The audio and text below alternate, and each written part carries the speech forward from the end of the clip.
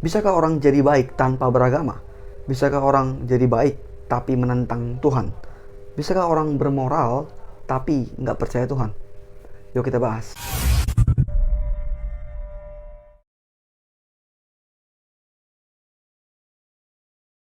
Hai, selamat datang di Biblians. Well, jawaban untuk semua pertanyaan tadi adalah bisa, bahkan sangat bisa. Yang sering disalahpahami oleh ateis dan kolega-koleganya adalah mereka mengatakan bahwa orang beragama atau para ateis menuding mereka sebagai oknum atau orang-orang yang tidak bermoral. Kalau udah ateis pasti nggak bermoral, kalau udah nggak percaya Tuhan pasti amoral. Padahal we never said that. Ateis nggak pernah berkata orang ateis tidak bisa bermoral, atau orang ateis fix jahat, atau orang ateis tidak bisa mengerti atau mengenal moral. Kami nggak pernah berkata begitu.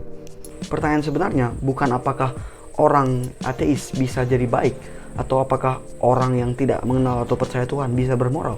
Bukan itu. Pertanyaan sebenarnya adalah apakah ada moral atau kebenaran objektif tanpa keberadaan Tuhan, atau apabila Tuhan tidak eksis. Well, kaum sekularis ateis mengatakan nggak perlu ada Tuhan untuk moral atau kebenaran bisa eksis. Kebenaran dan moral bisa ada walaupun atau sekalipun Tuhan tidak ada sama sekali. Well, mereka pun punya jawaban yang berbeda. Untuk persoalan moral dan kebenaran ini, para ateis terbagi menjadi dua kubu. Yang pertama, tidak perlu moral objektif. Kubu pertama berkata moral objektif tidak diperlukan, moral objektif tidak eksis. Kubu pertama ini adalah garis keras. Mereka menekankan bahwa setiap manusia membentuk maknanya sendiri, tujuannya sendiri, dan membentuk moralnya sendiri. Presiden dari American Atheists, David Silverman, mengatakan, "Aku berkata tidak ada yang namanya moralitas objektif.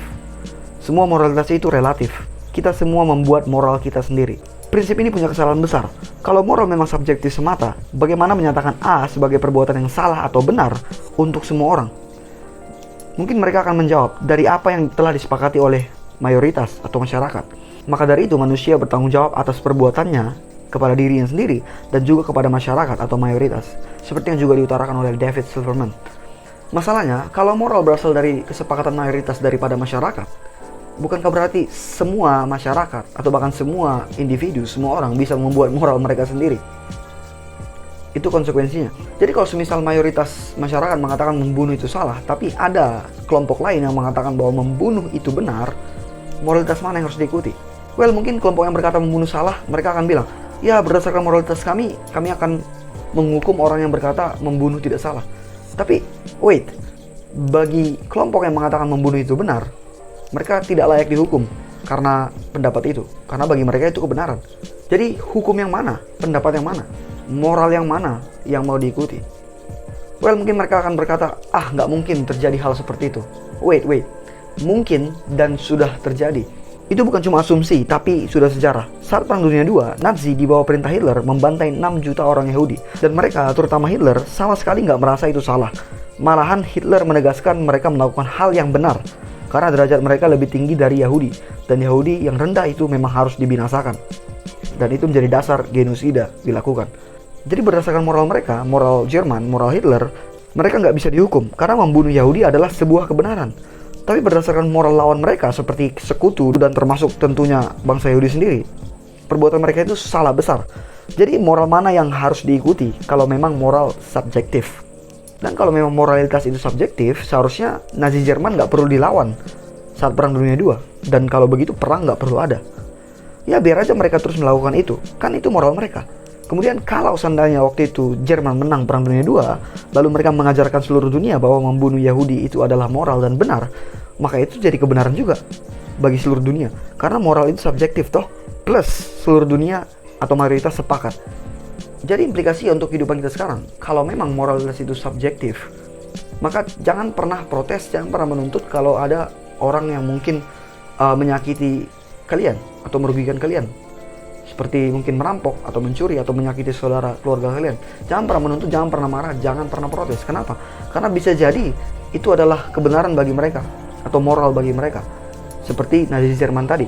Dan kita nggak punya hak untuk menuntut itu. Karena mungkin bagimu itu salah, tapi bagi mereka itu adalah perbuatan yang benar.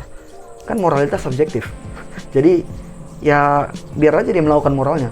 Toh subjektif. Tentu sebagian besar dari kita nggak akan bisa terima konsep yang tadi. Tapi ini kan kalau moralitas memang subjektif. Seperti kasus Nazi Jerman tadi, kita nggak bisa perangi atau hukum mereka. Karena bagi mereka membunuh Yahudi itu benar.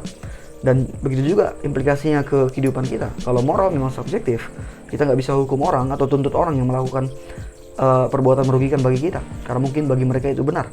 Well, mungkin kita akan bilang, ya bagi hukum kami, bagi moral kami, perbuatan seperti itu harus dihukum. Ya bagi kalian, tapi bagi si pelaku, perbuatan itu perbuatan yang baik mungkin dan tidak layak dihukum. Jadi hukum yang mana mau diikuti? Moral yang mana mau diikuti? Lihat betapa buruknya kalau ateis kubu ini benar, dan kalau memang moralitas itu subjektif. Betapa buruk dan hancurnya dunia ini kalau memang seperti yang dikatakan ateis kubu ini, bahwa moralitas hanya subjektif dan bukan objektif.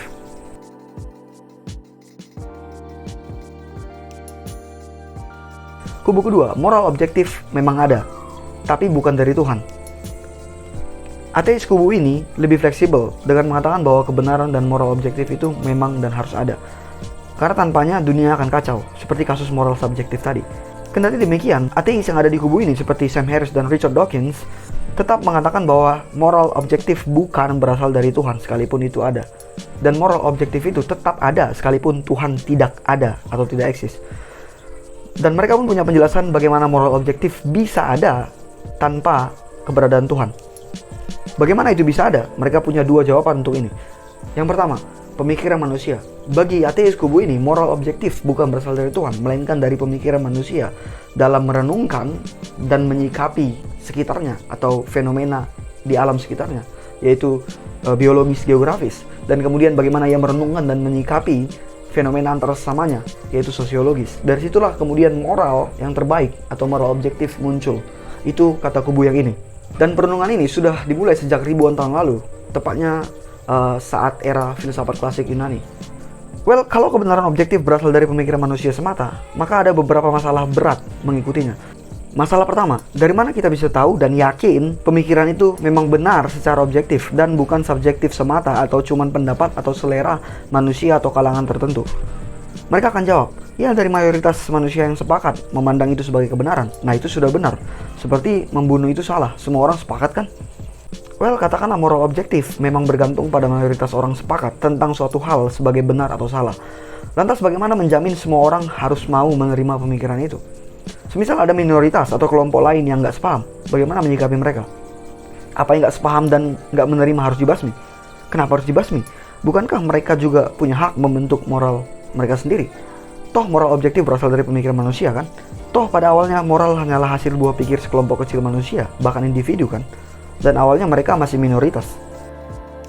Masalah kedua dari pemikiran ini adalah kalau moral dan kebenaran hanya sebatas apa yang disepakati mayoritas, maka kalau kelak mayoritas orang bilang mencuri itu benar, maka mencuri jadi nggak salah lagi. Bagaimana? Atau seperti yang sering terjadi dalam sejarah. Selama berapa ratus tahun, orang kulit putih menyatakan bahwa mereka adalah ras terbaik dan kulit hitam adalah ras rendahan yang layak untuk didiskriminasi, dikucilkan, bahkan ditindas. Itu yang terjadi ratusan tahun. Dan mereka menganggap itu sebuah kebenaran. Dan mayoritas juga sepakat. Jadi apakah itu moral objektif? Kalau memang iya itu moral objektif karena berdasarkan pemikiran manusia dan kemudian disepakati oleh mayoritas. Kalau gitu ngapain ditentang?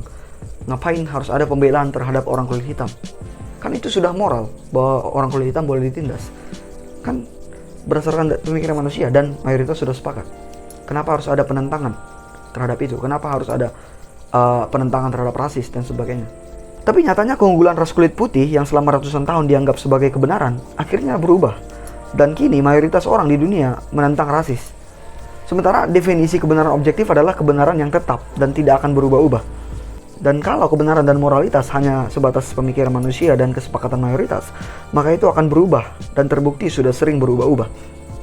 Dan ini justru membuktikan betapa subjektifnya dan tidak stabilnya moral atau kebenaran yang berasal dari pemikiran manusia dan kesepakatan mayoritas. Dan pada akhirnya ini memberikan hasil seperti kubu pertama, yaitu moralitas subjektif. Jadi buah pikir manusia yang kemudian mendapatkan kesepakatan mayoritas tidak bisa jadi indikator atau dasar untuk kebenaran atau moral objektif, karena itu berubah-ubah. Well, dengan argumen ini para ateis tetap tidak bisa membuktikan moral dan kebenaran objektif bisa ada tanpa Tuhan. Jawaban kedua, evolusi. Sebagian ateis yakin bahwa moralitas berasal dari evolusi biologis dan kimiawi yang sudah berlangsung ribuan tahun. Dalam evolusi Darwin misalnya, sebelum manusia modern muncul, nenek moyang manusia yaitu primata kelas awal hanya tahu hidup demi dirinya sendiri, mencari makan untuk hidup dan melawan makhluk lain, bahkan sesamanya untuk bertahan hidup. Sehingga yang terkuat akan bertahan hidup, dan itu dapat disebut sebagai seleksi alam. Manusia kelas awal ini hanya melakukan apa yang menguntungkan mereka, dan mereka melakukan segala upaya untuk mendapatkan itu. Tidak peduli apa itu menyakiti atau membunuh makhluk lain atau bahkan sesama mereka. Kemudian evolusi membawa perubahan di mana pada akhirnya manusia mengerti akan moral. Dan bukan cuma sekedar harus bertahan hidup, tapi juga pertimbangan mengenai konsekuensi dari apa yang mereka lakukan itu.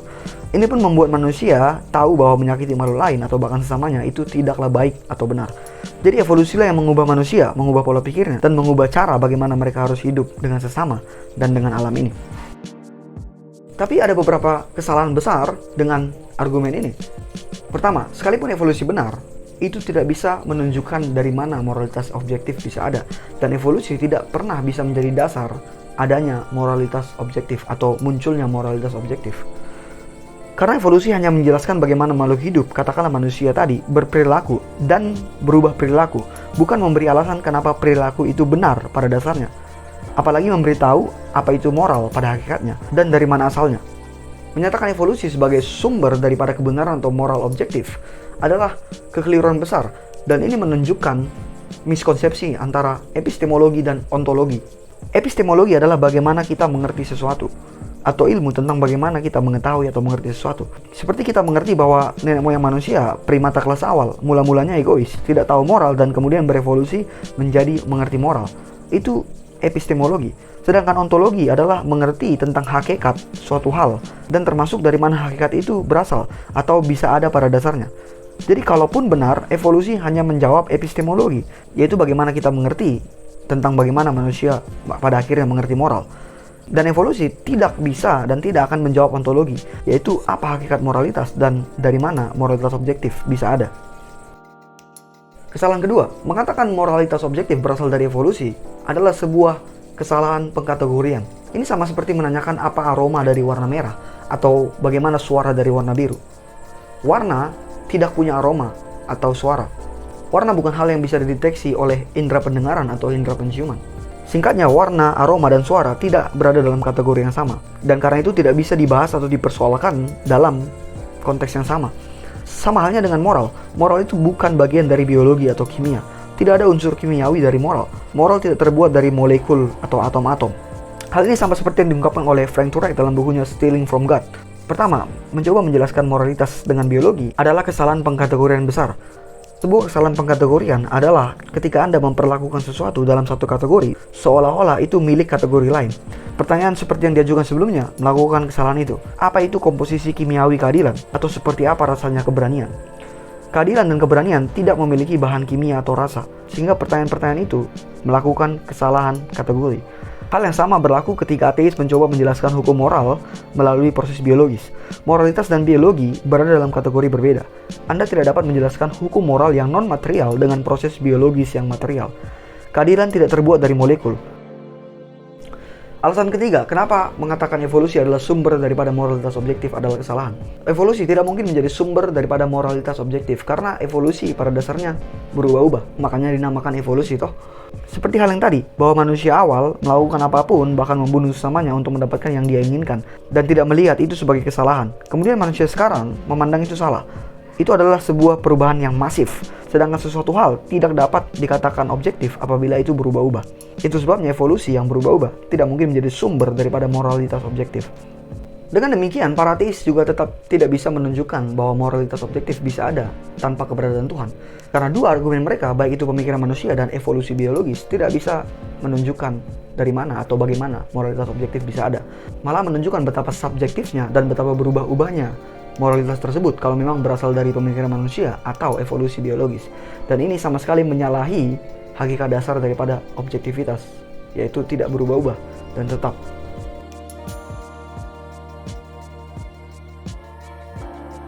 Dengan semua argumen ateis tadi yang terbukti tidak dapat menjadi sumber daripada kebenaran atau moralitas objektif, maka pertanyaannya sekarang, lantas apakah Tuhan bisa menjadi sumber daripada moralitas atau kebenaran objektif itu?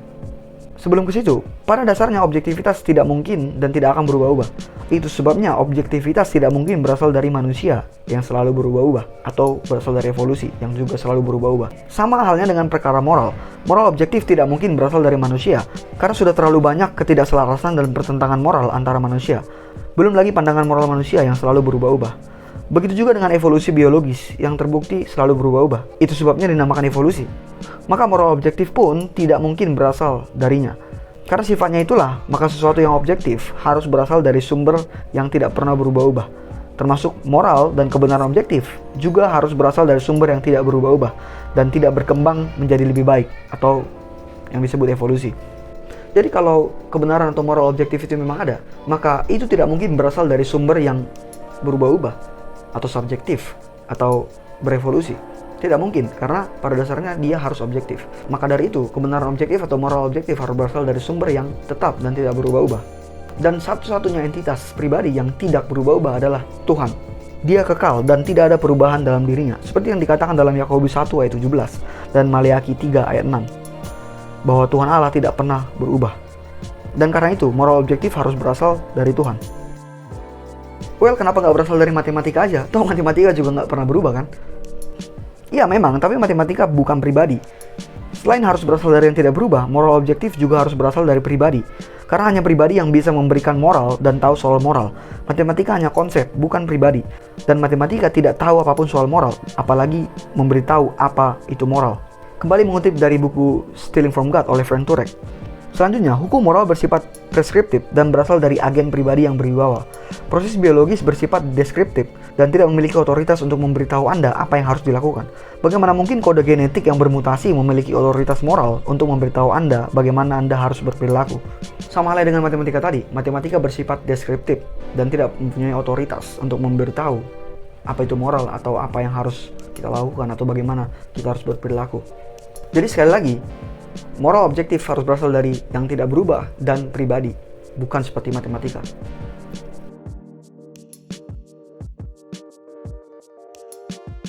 Jadi kembali ke pertanyaan di awal tadi, bisakah kita jadi baik tanpa Tuhan?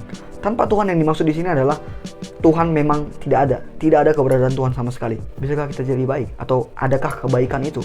Adakah moralitas itu? Dan jawabannya sama sekali tidak bisa. Seperti terlihat jelas tadi bahwa kebenaran dan moral tidak akan bisa objektif, baik itu bersumber dari pikiran manusia maupun evolusi biologis. Keduanya hanya akan menghasilkan moralitas yang subjektif dan berubah-ubah. Dan karena itu, moralitas dan kebenaran objektif harus berasal dari Tuhan. Well, secara bersamaan, adanya kebenaran atau moralitas objektif juga menunjukkan atau membuktikan bahwa Tuhan itu eksis. Karena kalau Tuhan tidak ada, maka kebenaran atau moral objektif juga tidak mungkin ada. Kalau hal ini dijadikan argumen sederhana, maka isinya akan seperti ini. 1. Moral objektif ada atau eksis dan harus berasal dari sumber yang tidak berubah-ubah. 2. Hanya Tuhan yang tidak berubah-ubah. Konklusi, Tuhan ada atau eksis.